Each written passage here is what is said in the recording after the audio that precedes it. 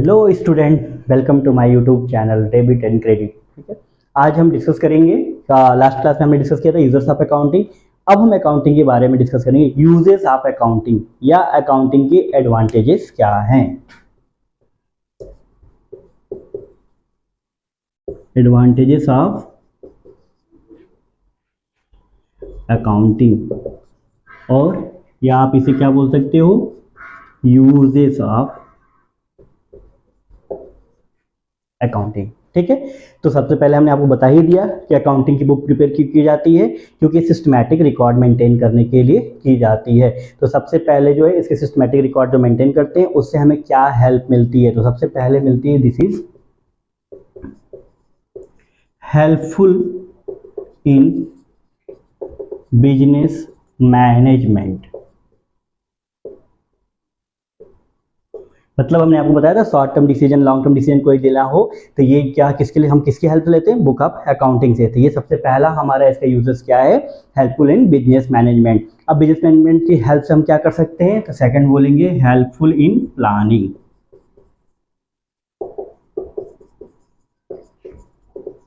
Planning से means जैसे मान लो कि बिजनेस को कोई न्यू प्रोडक्ट लॉन्च करना है तो उसकी कॉस्ट क्या है, क्या कंपनी अभी अफोर्डेबल है या नहीं है, या फिर किसी को क्रेडिट पे कोई सामान परचेज करना है कंपनी को, तो कंपनी कितने एवरेज पीरियड टाइम में अगर पेमेंट कर देती है तो कंपनी पे कोई नेगेटिव इफेक्ट नहीं पड़ते हैं। तो ये सारे प्लानिंग करने के लिए हमें बुक्स ऑफ अकाउंटिंग की नीड होती है।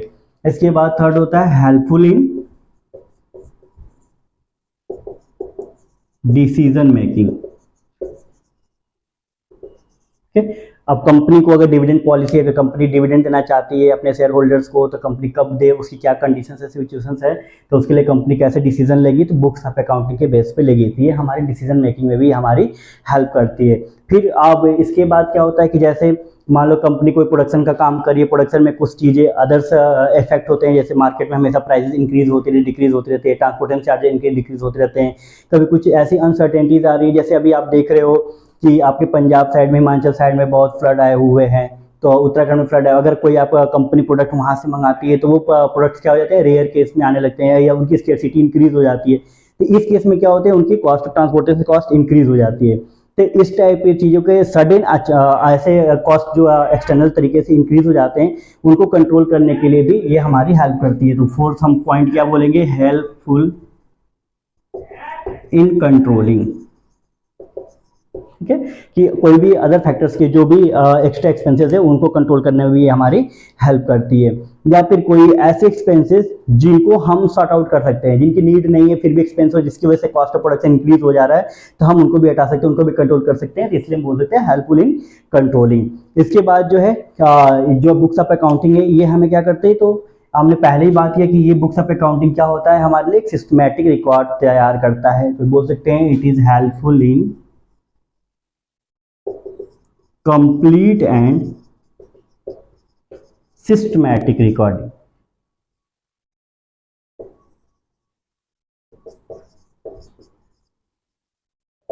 Systematic recording. फिर आगे क्या है, हम company books of accounting prepare कर रहे हैं टाइम टू टाइम, तो हम बुक्स ऑफ अकाउंट को कंपेयर भी, एक साल के बुक्स ऑफ अकाउंट से दूसरे साल के बुक्स ऑफ अकाउंट को कंपेयर करके पता कर सकते हैं कि प्रीवियस हमारे कैश का इनफ्लो आउटफ्लो कितना था, या प्रीवियस ईयर हमारी कंपनी की कंडीशन क्या थी, नेटवर्थ क्या थी, और अब हमारी कंपनी की नेटवर्थ कितनी इंक्रीज हुई है, डिक्रीज हुई है।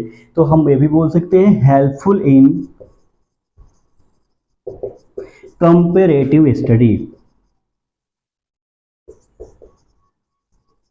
और भी इसके बहुत सारे एडवांटेजेस लिख सकते हो, जैसे इसे लिख सकते हो आप 7 पॉइंट, इट इज हेल्पफुल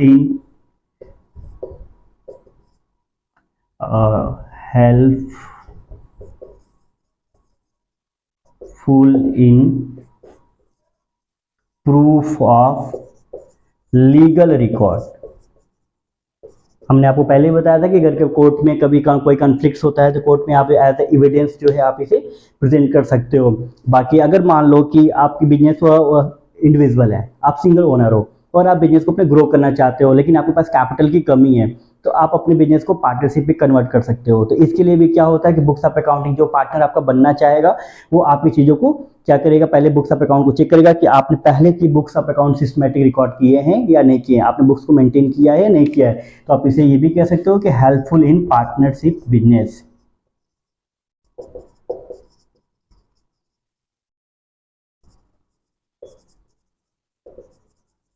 ऐसे एडवांटेज देखेंगे तो अभी बहुत सारे एडवांटेजेस हैं, जैसे आप कह सकते हो कि इससे फ्यूचर में होने वाले एरर्स को रोका जा सकता है, कि किसी प्रॉब्लम को कंपनसेट किया जा सकता है। तो आप बोल सकते हो कि it is helpful in prevent errors and frauds, या इट इज प्रिवेंट या विंडो ड्रेसिंग या डेटा मैनिपुलेशन, इनको रोक सकता है। ये सारी चीजें जो यहाँ पे हम कर सकते थे। ये आपके एडवांटेजेस हो गए। और अब हम इसी के साथ साथ आपको बताएंगे इसी एडवांटेजेस के साथ डिसएडवांटेजेस कैसे जाने, ठीक है। जैसा कि हमने अभी एडवांटेजेस पढ़ ली, अब एडवांटेजेस के साथ साथ हम लिमिटेशंस भी देख लेते हैं। देखिए किसी भी चीज के अगर कोई एडवांटेजेस हैं तो उसके कुछ बैड इफेक्ट भी हैं, कुछ लिमिटेशंस भी होती हैं, ठीक है। तो सबसे पहला अकाउंटिंग का जो लिमिटेशंस है, देखो अकाउंटिंग बुक्स ऑफ अकाउंटिंग बनाता कौन है, हम, आप, अकाउंटिंग ओनर, यही लोग बनाते हैं, और कौन बनाएगा।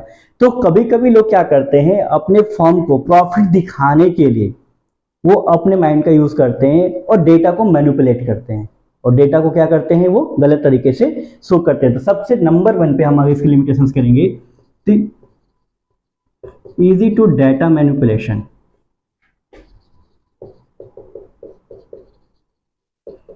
अब डेटा मैनिपुलेशन के बारे में बात करें तो देखिए इसका बहुत ही अच्छा एग्जांपल है। आज के टाइम में करंट में बहुत लोग पॉलिटिक्स से जुड़े हुए हैं, तो आप देख सकते हो, आपने देखा होगा कि जब 2014 में जब बीजेपी गवर्नमेंट आई थी तो उसमें मोदी जी ने बार बार एक चीज का दावा किया था कि हमने जो जीडीपी एक साल में 17% ला दिए। कितना ला दिए? 17% ला दिए। और उन्होंने पिछली गवर्नमेंट, कौन सी गवर्नमेंट? पिछली गवर्नमेंट जो मनमोहन जी की गवर्नमेंट थी, उनको उन्होंने बताया कि 5 ईयर में उनकी जीडीपी जो है 6 to 7% ही रही, ठीक है। और इस चीज को उन्होंने एक मुद्दा बनाया और वो इलेक्शन भी जीते, और एक बड़े लेवल पे जीते। ये मैं नहीं कह रहा हूं, आप जाइए क्लास 11 की एनसीईआरटी की इकोनॉमिक्स की स्टैटिक्स की बुक्स उठाइए, जो आपको इंडियन इकोनॉमी के साथ जो स्टैटिक्स की बुक मिलती है, वो आप स्टैटिक्स की बुक में आप फर्स्ट चैप्टर पढ़िए, उसमें लिखा होगा डिस्ट्रेस ऑफ स्टैटिक्स। वहां पे आपको बताया कि कैसे कोई डेटा को मैनिपुलेट करता है, और एनसीईआरटी के भी फर्स्ट पेज पे लिखा हुआ है इन स्टैटिक्स बुक में कि डेटा को मैनिपुलेट कैसे किया जाता है और इस पे डिस्ट्रेस कैसे बनता है। तो वहां पे आप देखेंगे कि गवर्नमेंट ने क्या किया, जो हमारी करंट गवर्नमेंट ने, उन्होंने क्या किया, जीडीपी को 17% दिखाया और बताया कि लास्ट गवर्नमेंट ने जीडीपी कितना दिखाई, 6 to 7%। अब देखिए डेटा को मैनिपुलेट कैसे किया, तो डेटा को मैनिपुलेट क्या किया कि इन्होंने दिखाया कि 2012 to 17 मान लो हम ले लेते हैं, ठीक है, 2012 इन्होंने दिखाया कि जैसे मान लो 12 में 4%, फिर 15 में 13 में हो गया आपका 3%, 4%, 5%, 6%, ये इनके 5 ईयर के डेटा हो गए। तो जब आप इसका एवरेज फाइंड करोगे तो क्या हुआ, 4 + 3 + 4 + 5 + 6, तो 4 + 3 + 4, 4 4 8 3 11, 11 6 17, 17 5 22 डिवाइडेड बाई 5, 22 डिवाइडेड बाई 5 करोगे तो आएगा आपका क्या, 4.4। और अपने डेटा को कैसे दिखाया, 17/1 इक्वल टू 17%। और फिर उन्होंने फिर बहुत लंबा शोर मचाया, लंबे लंबे एडवर्टाइज कर दिए, बोला कि देखो हमने जो है एक साल में 17% पहुंचा दिए, क्योंकि पिछली गवर्नमेंट ने 5 साल में कितने लाए थे, 4.4%। और लोग जो इलिटरेट, जिनको बोलते हैं इलिटरेट, पढ़े लिखे लोग जो लोग हैं, उन्हें इसको बहुत सपोर्ट किया, देखिए मोदी जी ने विकास कर दिया, विकास। ये है डेटा मैनिपुलेशन, ठीक है। ये मैं नहीं कह रहा, ये स्टैटिक्स की बुक कर रही है और एनसीईआरटी कर रही है, आप मेरे ऊपर ना लेना, क्योंकि मेरा कोई कनेक्शन नहीं है इससे, ठीक है। तो हमने पहले देखा easy to data manipulation. Accounts की बुक में हम डेटा मैनिपुलेट कर सकते हैं। हमने किसी से लोन लिए 1 लाख रुपए, हमने 10,000 लिख दिए, हमने दिखा दिया हमारी लोन कम है। तो ये क्या है कि यहाँ पे बुक्स ऑफ अकाउंटिंग जो है ह्यूमन मेंटेन करता है, तो वो इस डेटा को मैनिपुलेट करके गलत रिजल्ट प्रेजेंट कर सकता है, और इससे जो इन्वेस्टर्स को भी क्या कर सकता है, वो भड़का सकता है, या गलत रास्ता दिखा सकता है, या अपनी बैलेंस शीट को गलत प्रेजेंट कर सकता है। दूसरा है हमारा influence by personal judgement.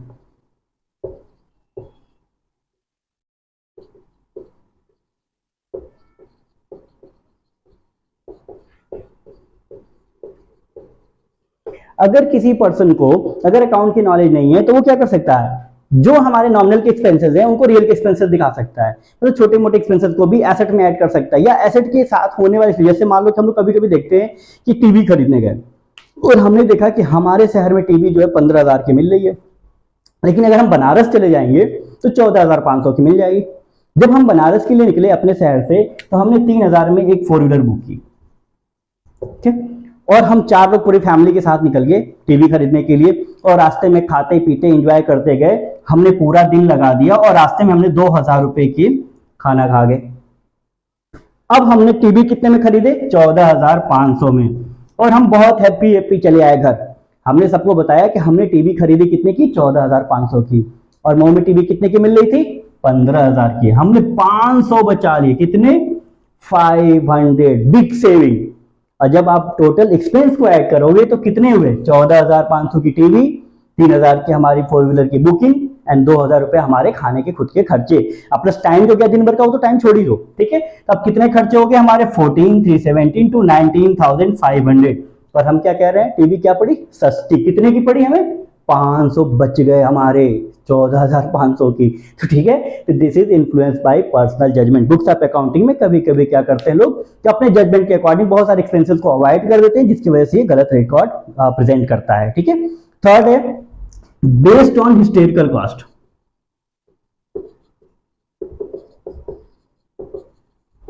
Historical cost का मतलब होता है प्रीवियस डिसाइडेड। जैसे आप देखो कि आज कोई फर्नीचर परचेज किए, फर्नीचर की कॉस्ट है 10,000 रुपए, क्या 1 साल बाद उसकी कॉस्ट 10,000 रुपए रहेगी? नहीं, क्योंकि वो रिड्यूस होती है, वैल्यूज यूज करने पे उसकी वैल्यू क्या होती है? रिड्यूस होती है। लेकिन बुक्स ऑफ अकाउंटिंग बोलता है कि नहीं, इसको तो हम क्या करें, 10,000 के लाए थे तो 10,000 से आप डेप्रिसिएट करो, ठीक है। तो इसमें क्या है, या फिर मान लो आप स्टॉक को वैल्यूएट कर रहे हो, तो स्टॉक बुक्स ऑफ अकाउंटिंग बोलता है कि जो हमारी मार्केट वैल्यू है एंड जो उसकी रियल वैल्यू है, दोनों में से जो कम हो उसको हम क्लोजिंग स्टॉक कैलकुलेट करते हैं। This is based on historical cost. इसमें अकाउंटिंग ने दिया कि इसको पहले से कैसे मेंटेन किया जाए, तो ये प्रीवियस डिटरमाइंड होती है। ये भी हमारी क्या है, अकाउंटिंग की लिमिटेशन है। उसके बाद आप देखोगे तो इसे जो है अफेक्टेड बाय विंडो ड्रेसिंग।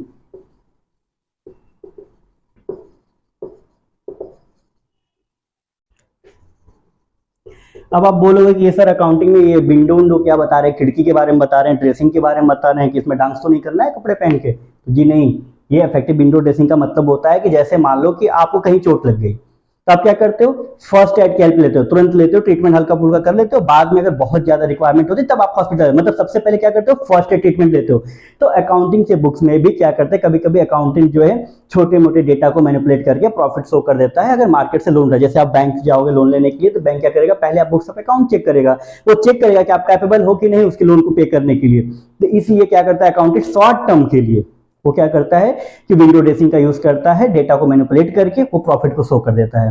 कभी कभी क्या होता है कि बैंक से लोन लेने के लिए आप लोग क्या करते हैं, लोग कि अपने नेटवर्क बढ़ा देते हैं, किसी से मार्केट से कुछ शॉर्ट टर्म के लिए पैसे मांग के दिखा देते हैं कि हमारे पास इतना पैसा है, और फिर उसके अकॉर्डिंग बैंक से लोन लेने की कोशिश करते हैं। इसलिए आप देखोगे जनरली बैंक क्या करता है कि जब आप लोन के लिए अप्लाई करोगे तो मिनिमम 6 मंथ का स्टेटमेंट मांगता है, और वो देखना चाहता है कि आपके रेगुलर बेसिस पे आपके ट्रांजेक्शन कैसे हुए हैं, ठीक है। तो ये भी है अफेक्टेड बाय विंडो ड्रेसिंग। और भी है, तो इसमें एक और चीज है, आप कह सकते हो लिमिटेशन में कह सकते हो कि अनेबल इन फॉरकास्टिंग। फॉरकास्टिंग का मतलब होता है फ्यूचर देखना। अगर आप देख रहे हो कि कोई सामान आज 10 रुपए का है और आप डिसाइड करते हो कि 1 साल बाद मैं इसको 12 रुपए में बेच दूंगा, क्या ये सही है? नहीं, आपने कोविड में देख ही लिया होगा। इसकी कोई भी फॉरकास्टिंग आप ऐसे नहीं कर सकते कि आप फ्यूचर में ये कर लोगे। प्रेजेंट के बारे में तो आप बता सकते हो, थोड़े शॉर्ट टर्म में आप कह सकते हो कि मैं ये कर सकता हूं, लेकिन फ्यूचर के लिए आप नहीं बता सकते। तो अकाउंटिंग जो फ्यूचर के लिए जो है क्या है, अनेबल है। फ्यूचर के लिए ये नहीं बता सकता कि क्या फ्यूचर में हम सही कर सकते हैं। हाँ, अप्रोक्सीमेटली रिजल्ट आप ले सकते हो, बट आप सर्टेनिटी के साथ ये नहीं कह सकते कि फ्यूचर में आप ये कह सकते हो। तो ये भी इसकी एक लिमिटेशन है कि ये जो है चीजों को प्रॉपर नहीं कर सकता है। एक इसकी सबसे बड़ी लिमिटेशन जो है, आपको बार बार हमने बताया, मनी मेजरमेंट या फाइनेंशियल डेटा। मतलब इसी उन चीजों को रिकॉर्ड करता है जिनको मनी में कैलकुलेट कर सकते हैं या जिनको फाइनेंशियल टर्म में शो कर सकते हैं। इसका मतलब it ignores qualitative aptitude, qualitative attributes ignore, ठीक है। तो ये बुक्स ऑफ अकाउंट है, अकाउंटिंग जो है सिर्फ क्वांटिटेटिव चीजों को मेजर करता है, क्वालिटेटिव को इग्नोर करता है। मतलब ये जो 1 2 3 4 को तो रिकॉर्ड करता है, बट गुड बेटर बेस्ट को अवॉइड करता है। ये भी इसकी लिमिटेशन है। ऐसे और भी सारे लिमिटेशन है, जैसे based on accounting concept and convention. अब जैसे मान लो कि अगर आपको अकाउंटिंग कॉन्सेप्ट नहीं आता है कि क्या अकाउंटिंग की कॉन्सेप्ट है या बुक्स ऑफ अकाउंटिंग कैसे मेंटेन किया जाता है, तो आप बुक्स ऑफ अकाउंट नहीं बना सकते। मतलब इसके लिए लिटरेसी होना जरूरी है, कॉमर्स का नॉलेजेबल होना जरूरी है, आपको अकाउंटिंग के प्रिंसिपल्स आने जरूरी हैं। तो ये भी इसके बहुत बड़े लिमिटेशन हैं, ठीक है। तो अभी जो है हमने अकाउंटिंग की पूरी basic history, process, cycle, accounting definition, advantages, disadvantages, सारी चीजें हमने आपको एक्सप्लेन कर दी। अब नेक्स्ट वीडियो में जब हम आएंगे तब आपको बताएंगे कि अकाउंट के टाइप्स क्या होते हैं, अकाउंट्स के गोल्डन रूल क्या होते हैं, अकाउंटिंग के कॉन्सेप्ट एंड कन्वेंशन, सारी चीजें हम आपको एक्सप्लेन करेंगे, ठीक है। बाकी आपकी अगर क्वेरी होती है तो आप हमारे कमेंट में नीचे लिख कर आप डिमांड कर सकते हैं। Thank you.